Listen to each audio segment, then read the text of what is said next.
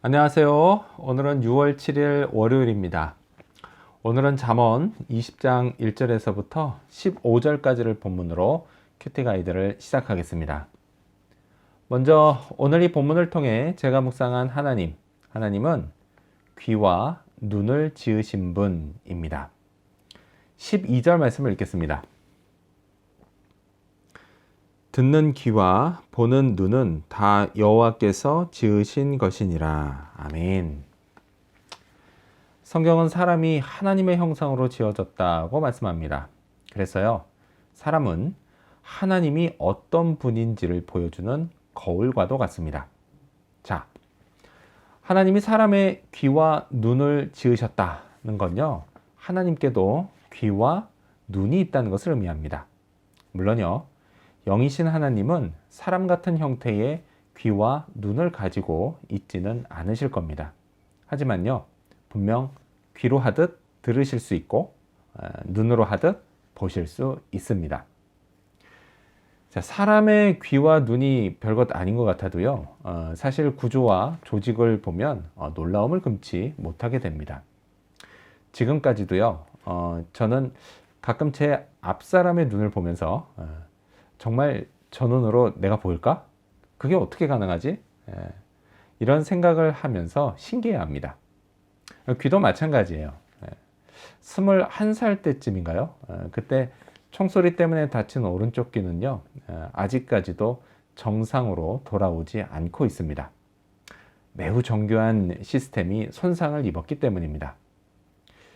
귀와 눈을 보면요, 정말 하나님의 지혜와 지식 그리고 솜씨에 놀라지 않을 수 없습니다.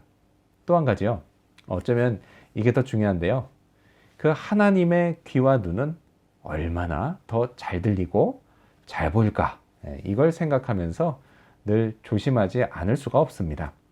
아니, 그렇다고 해서요, 하나님을 감시자점으로 생각하지는 않습니다.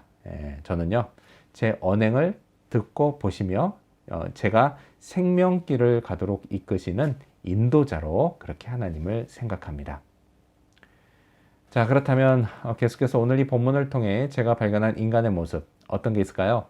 오늘은 술에 미혹되는 사람들을 볼 수 있습니다. 1절 말씀을 읽겠습니다. 포도주는 거만하게 하는 것이요 독주는 떠들게 하는 것이라. 이에 미혹되는 자마다 지혜가 없느니라. 아멘. 술을 마셔도 되나요? 그러니까 요즘엔 별로 없는데요, 이전에 젊은이들과 함께 하는 시간이 많았을 때는 정말 많이 받았던 질문입니다. 아주 가끔요, 술 때문에 천주교로 갈아타야 되겠다 이렇게 말하는 사람도 봤습니다. 정말요, 그런 사람들은 주님, 술주자, 주님을 사랑하는 사람들입니다. 술을 마셔도 될까요? 이 질문은요, 너무 신학적인 답을 찾지 않으면 좋겠다고 생각합니다. 그래서 사람들이 다른 문제는 그러지 않은데요, 유독 술은 신학적인 답을 찾으려고 하는 이유, 정말 잘 모르겠습니다. 아마도요, 너무 마시고 싶은데 신학적으로나마 허락을 받고 싶어서 그런 것 같습니다.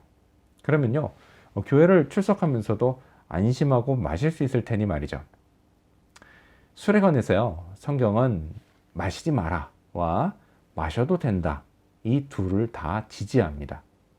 먼저 마셔도 된다에 관해서는요, 예수님조차도 별명이 먹고 마시기를 즐기는 자였습니다. 그럼 진짜 마셔도 될까요? 하지만요, 분명 마시지 마라고 하는 성경 말씀에도 귀를 기울여야 합니다. 제 생각에는요, 이게 훨씬 더 많은 것 같아요. 마시지 마라 라고 하는 부분들이요, 더 많은 것 같습니다. 성경에는요, 술, 정확히 말하면 술 마신 사람이죠. 이 술 때문에 벌어진 비극들이 성경에 나옵니다. 노아는 자식을 저주했고요, 삼손은 눈이 뽑혔습니다. 얼마나 끔찍한 일인가요? 자, 근데 이 같은 일이요, 오늘 이 세상에서도 얼마든지 벌어집니다. 사람들이 다치거나 죽거나 실종됩니다. 또 원치 않은 임신으로 혼란이 시작됩니다. 한 개인이요, 오랜 세월 힘들게 쌓은 명성이 하루아침에 무너집니다.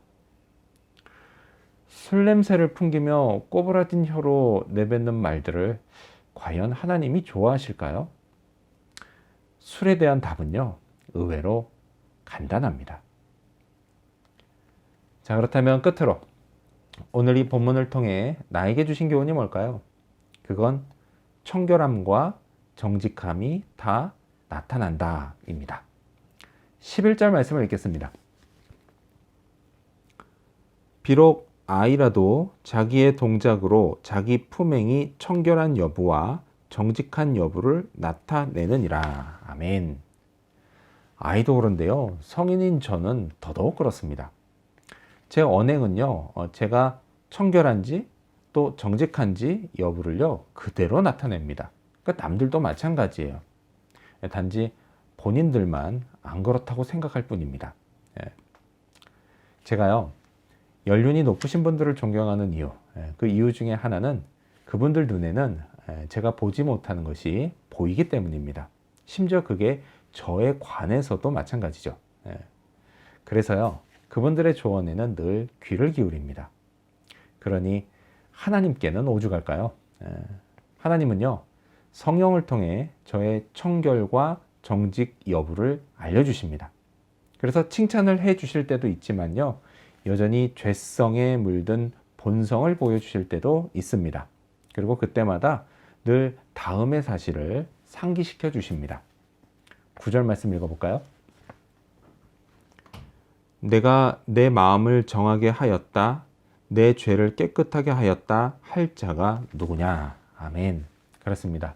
저는요, 결코 스스로를 구원할 수 없습니다. 저는 구원자가 필요합니다. 제 마음을 청결하게 해주시고 저의 죄를 깨끗이 해주실 분이 절실히 필요합니다. 이런 저를 위해서요, 구원자 예수 그리스도를 이 땅에 보내주신 하나님을 찬양합니다. 또한 십자가에서 피 흘려 죽으시면서 저의 죄값을 치러주신 예수님께 감사합니다. 그리고 이 구원의 은혜, 이것을 잊게 해주시고 그리고 또 잊지 않게 해주시는 성령님께도 감사합니다.